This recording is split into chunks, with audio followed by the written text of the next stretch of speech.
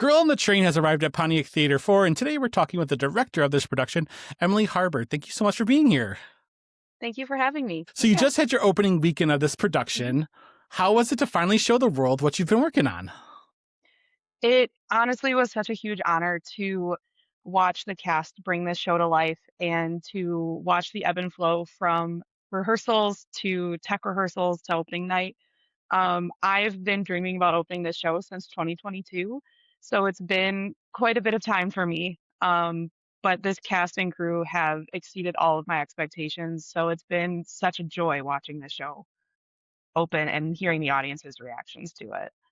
What is it about the show that really drew you to it? It sounds like you kind of love this show.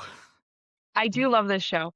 One of my favorite things about theater are shows that they really push the audience's comfortability levels, and Girl on the Train does just that. They handle topics from alcoholism, domestic violence, emotional abuse, and everything in between. So you always have the shows that are feel good, lighthearted. They help you escape from everything around you in the world. But it's also important to do the shows on the topics that no one really wants to talk about.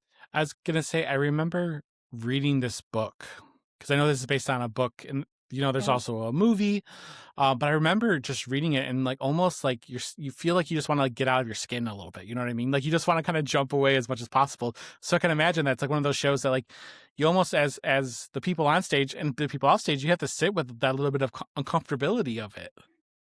Yeah, we actually brought in an intimacy director and a fight choreographer to help with this show for that exact reason. Dealing with the heavy topics and all of the stage combat and all the intimacy that happens as you're familiar with the story, um, there's quite a bit between the characters of Rachel and pretty much Yeah. everyone else that she engages with throughout the time of the show. So it's been a lot of checking in, a lot of making sure everyone's okay with what's going on and altering if we have some choreography that when we first block it, the actors are comfortable with, and then when we reapproach it, comfortability levels have changed, so we adjust to make sure that everyone is in a safe space. So that's been a bit of a journey to get here, but Absolutely. it's been absolutely worth it. So without giving away too much, because obviously we want people to come see the show, we want them to experience it, but what is going on in Girl on the Train without too many spoilers? Girl on the Train, and you find this out in the very first scene, so it's not a big spoiler, is about a girl named Rachel Watson. And when you first meet her, she's waking up, she's got a gash on her head, she has no idea what happened the night before, and she finds out that this local girl is missing. And the story involves finding out different things about this individual and perceived notions of the said person's life versus what actually was happening. And honestly, it's Rachel finding herself. That's the main part of the story that drives everything. Rachel starts off as a down on her luck, pretty recently divorced alcoholic, and throughout the story, she grows and finds herself and becomes stronger with each scene. I mean, it's a heavy story at sometimes though. But there's beauty to that journey, kind of seeing her grow through that. Oh, absolutely. So how do you feel like this interpretation, the stage adaptation, differs from maybe the original novel or the film that people have seen?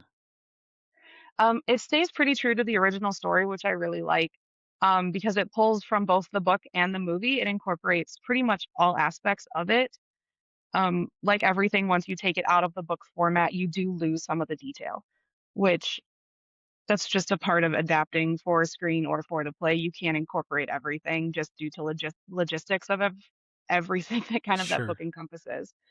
Um, but it keeps all the nuances, it keeps all the tension, it keeps all of the fighting and all of the violence and everything like that. It keeps all of it in there for the audiences. That's incredible because you don't.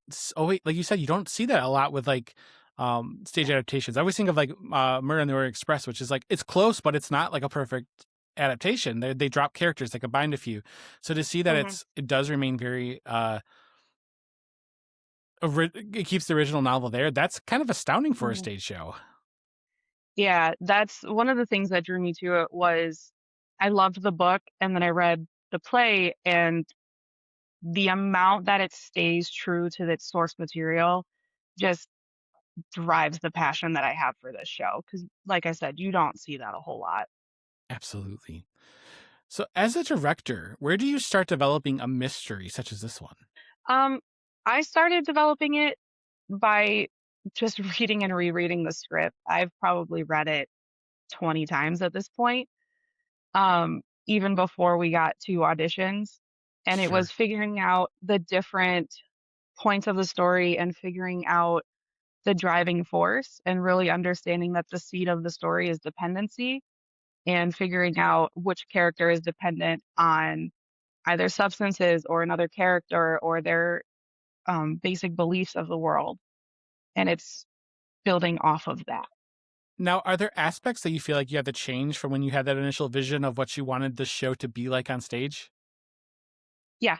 The first time that I was planning on putting on this show, I was actually working with another theater group, and it had a very different space than what I'm working in now. So a lot of what I had envisioned for the set and for the tech have completely evolved from where I was originally to where it is now. And quite honestly, I'm a lot happier with where it is now than what I was originally planning. So I'm very happy that it evolved to the better. That's awesome. That's awesome that you got to have Mhm. a little bit more of what the vision was in your head for the show. Yeah. I'm a type of director that I love black box. So I don't always love the super elaborate sets. I don't always feel that they're super necessary. I am a huge believer in the suspension of disbelief and everything that the audience can set aside that they don't really need to see in order to truly appreciate what they're seeing in front of them. And this set, albeit not 100% black box, I still incorporate as much black box as possible by limiting the amount of set pieces on stage, by limiting the amount of color. Really, the only color you see is what's in the costumes. Awesome. I mean, it's awesome that you're able Yeah. to have that's like a very distinct vision of like how you wanted it to look that maybe like a lot of directors would maybe have thought of like the only color is on the people. That's so cool. hmm So, what maybe then was the biggest challenge to bringing it to Pontiac Theatre 4? Um, Probably finding the cast. Pontiac Theatre 4 Okay. in previous seasons hasn't had the best of luck in finding a cast outright for their straight plays. Straight plays in Pontiac don't really have a huge draw to begin Okay. with. Typically, we find we have higher audition rates for musicals, for the teen musical, the youth musical, and the adult musical. Um, so I actually had to ask a couple of my friends to step in to fill in roles, which worked out for everyone's benefit because they're phenomenal actors. But that can be that I could understand why that'd be a challenge because you're trying to fill out this cast. You need the cast. Like that's such Yeah. an important part of it. And for that to be maybe something that that would be a difficult challenge that you'd have to overcome. But you were able to Mhm. overcome it. That's I think the most important part here. And pretty quickly too, which was really nice. I think by our second rehearsal, we had a full cast, which was a lot different than what it was for Dearly Departed. um so from this show, what do you feel like the themes that resonate the most with you are? Um, Growth, self-love, and independence are probably the three that stick out the most to me. You see not only in the Sure. main character of Rachel, but you see it in Anna, you see it in Scott, you see it even in those not necessarily minor characters, but the less frequently on stage characters, Gaskill, Kamal. Um, Without giving too much away, you don't really see a whole lot with Tom, but that's just who his character is. They don't really give him a chance to grow and develop as much as the other characters do. And how do you feel like that cast really worked to collaborate to shape this final production? It was a lot of back and forth that they had. They're constantly talking, they're constantly checking in with each other and making sure that the different actions they're choosing on stage not only feel safe and comfortable to them, but safe and comfortable to their fellow actors who are sharing the space with them. It's been amazing watching all of them find themselves in these characters and going from actors who have been on stage for 20 to 30 years to my gas kill, their name is Asher.